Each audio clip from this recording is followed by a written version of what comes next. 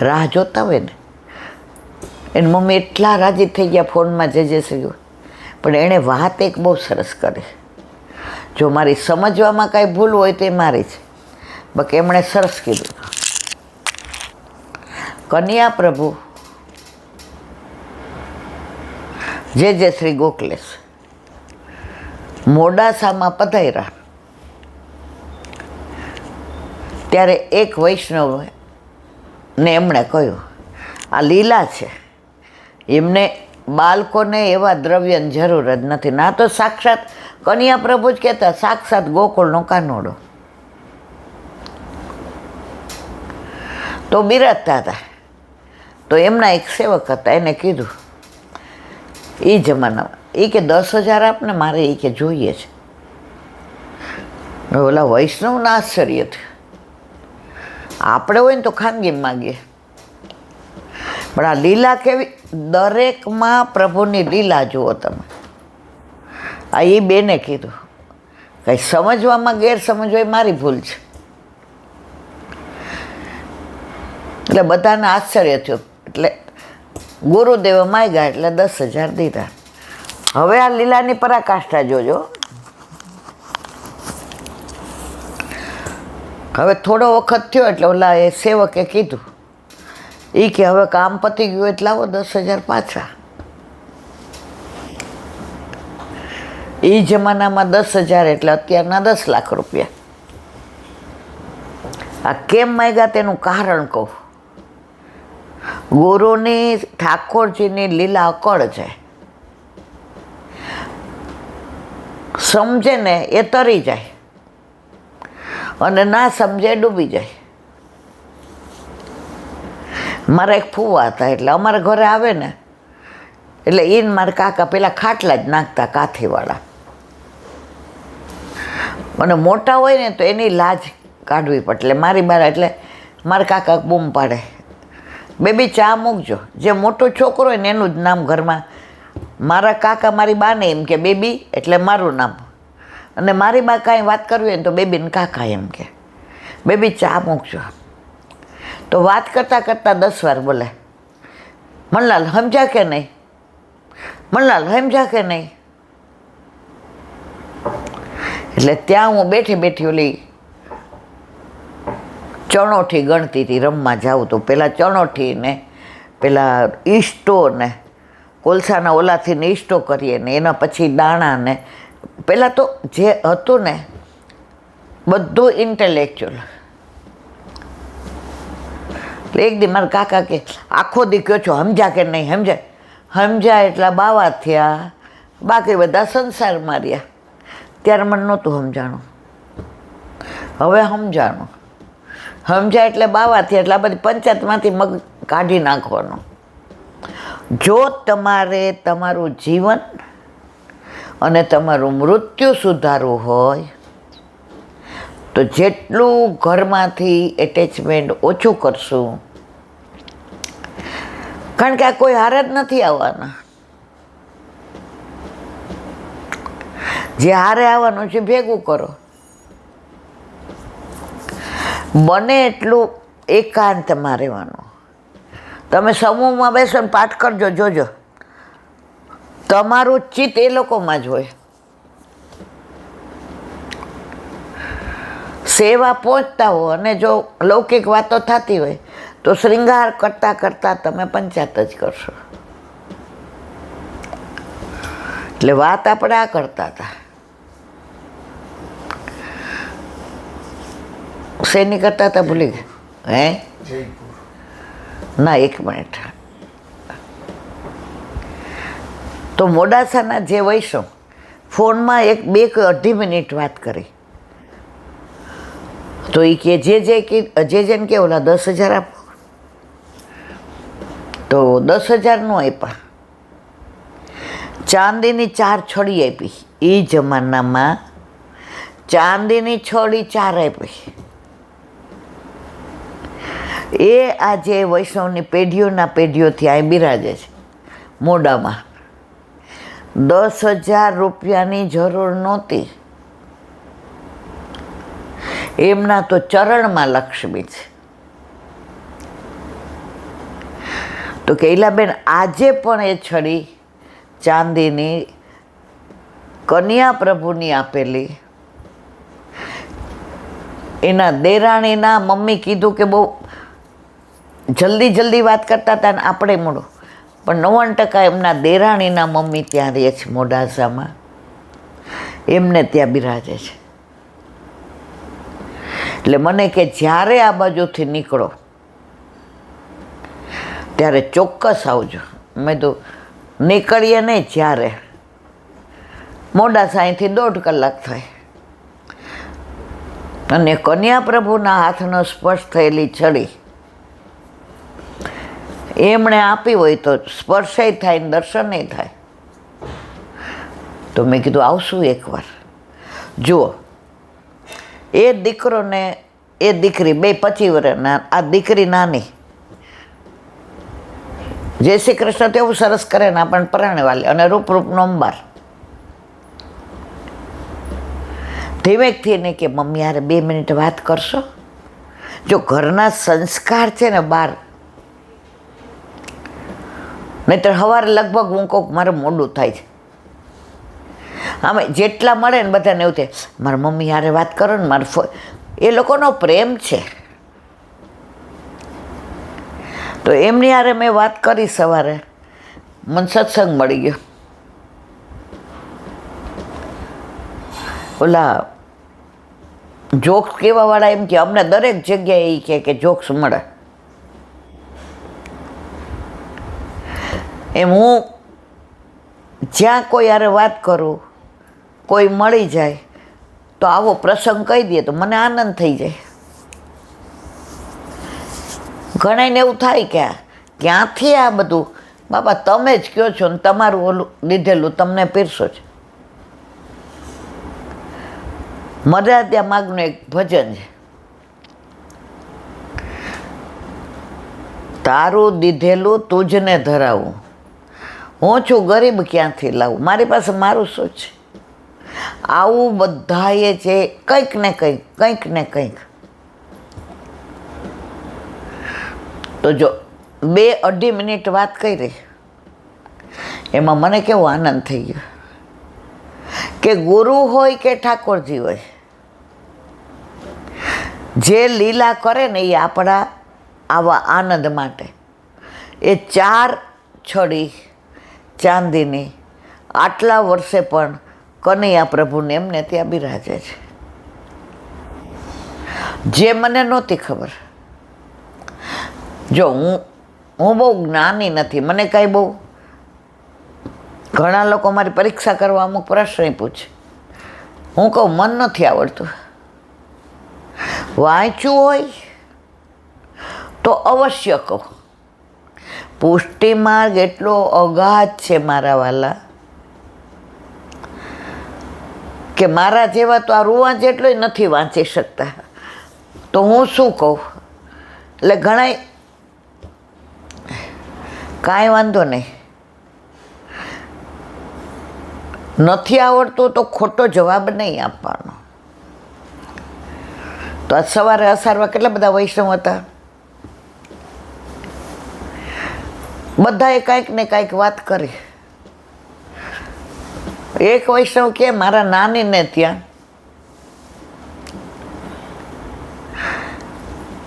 ખોયડું હતું. હવે પછી કે મામા કમાવા માંડ્યા અને સારું થયું. એટલે મામાએ કીધું કે હવે એ કે આપણે પાકું કરી લઈએ. એટલે પાયામાંથી જ ખોદવું પડે. તો કે જ્યાં રસોડું આ બાજુ હતો અને રૂમ આ બાજુ હતો, એ કે ઈલાબેન અમારી હાથ પેઢીમાં કોઈ વૈષ્ણવ નહીં, અમે તો માતા ને મહાદેવ ને હવે ખોદતા હતા. તો અમે હારવાર કામ કરાવતા હતા કે અમે ઘરના 4 કરાવીએ તો મજૂરી એટલી ઓછી થાય. તો ઠાકોરજીનું સ્વરૂપ મળ્યું અંદરથી.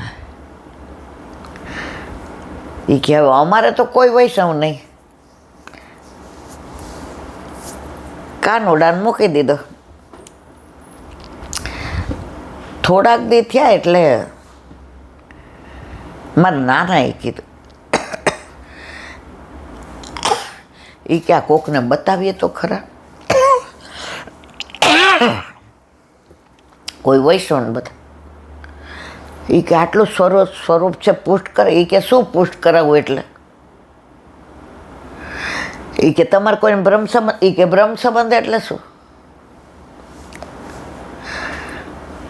મકાન ચાલ્યો ત્યાં સુધી એ અમારા ઘરે દાડિયું કરવા આવવા માંડ્યા. હવે એના ઘરે સેવા બિરાજે તો પછી પૂછ્યું એટલે દરરોજ કાંઈક ને કંઈક વાત કરે, કાનોડાની કે વ્રજની કે વલ્લભકુળની, એના પ્રસંગોની. એમાંથી ને મારા નાના ઘરના બધા વૈષ્ણવ થયા અને પેલું સ્વરૂપ પુષ્ટ થયું એ આજે પણ બિરાજે છે. હવે એ કે મમ્મીને પરણાવ્યા ત્યાંય કોઈ વૈષ્ણવ નહીં. અમારી જ્ઞાતિ એવી છે કે અમે માતા મહાદેવમાં જ માન્યા. હવે અહીંયા મમ્મી બ્રહ્મ સંબંધ લઈને ગયા હતા. હવે ત્યાં એ જ પરિસ્થિતિ. ધીમે ધીમે મમ્મી આજે બધી વાતો સત્સંગની ઓલા દાડીએ આવતા હતા ભાઈ બહેન, એ કરે, મમ્મી ત્યાં કરે, એ વૈષ્ણવ થયા. હવે હું આવીને મને પરણાવી તો ત્યારે મારા ઘરે ઠાકોરજી. એક જણે પ્રશ્ન પૂછ્યો કે વૈષ્ણવ ને મહાન વૈષ્ણવમાં શું? એ કે બ્રહ્મ સંબંધ લઈને જે ઠાકોરજી પુષ્ટ કરીને સેવા પહોંચે એ વૈષ્ણવ. પણ પોતાના સંગમાં જે આવે એને સેવા કરતા કરી દે એ ઠાકોરજીના વલ્લભના વાલા વૈષ્ણવ. હું તો કરું પણ મારી ભેગી તુંય હાલ. જો ખોટું કામ કરવામાં ટોળું ભેગું થઈ જાય,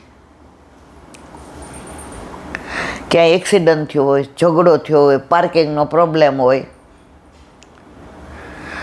1 મિનિટમાં તો તમાશાને તેડું ન હોય. પણ કોઈ સાધુ સંત આવ્યા હોય વૃંદાવનથી અને બેઠા બેઠા કીર્તન સરસ કરતા હોય, ઓછા લોકો ઊભા રહેશે.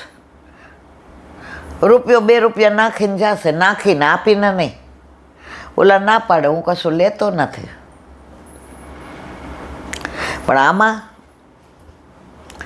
તો વાત આપણે જયપુરના રાજાની કરતા હતા. હવે કુંવરી તો ઘરમાં જેવા સંસ્કાર, મોટી થતી ગઈ એમ મદન મોહનજીમાં એની આસક્તિ. બધાને પ્રેમ કરે. ગોવિંદદેવજી, ગોપીનાથજી મેલમાં બિરાજે, બધાને અતિશય પ્રેમ કરે. પણ મદન મોહનજીથી હળી ગઈ. એની યાર વાતો કરે ને એના માળાજી બનાવે ને એને વેણું ધરાવે ને. હવે એમ કરતાં કુંવરીબા મોટા થયા. પહેલાંના જમાનામાં તો રજસ્વલા થાય પહેલાં પરણાવી દેતા હતા. હવે રાણી સાહેબાએ કહ્યું કે હવે આપણે દીકરીનું તો રાજસ્થાનમાં કરોલી ગામ છે તો ત્યાંથી માગવું આવ્યું. રાજી થઈ ગયા. માણસોય હારા, રાજવી હારા, દરબારે હારો, લગ્નની તારીખ બારીખ બધું. અને ઘરમાં તો તૈયારી થવા માંડી. એકના એક કુંવરીબા, જયપુરના રાજા, શું કહેવા પણ હોય. હીરા ને મોતી ને માણેક ને સોના ને ચાંદી ને રૂપા ને હાથી ને અંબાડી ને ઘોડા ને દાસીઓ ને બધું પછી એનું જ હતું ને. હવે જાન આવવાની હતી. એના 2-4 દિવસ પહેલાં રાજાએ પૂછ્યું, બેટી આ બધુંય તારું છે, મારા પ્રાણે તારા છે, તું મારા પ્રાણથી વાલી છે, હવે કાંઈ જોઈએ છે? એ કે હા. એ કે બોલ બોલ.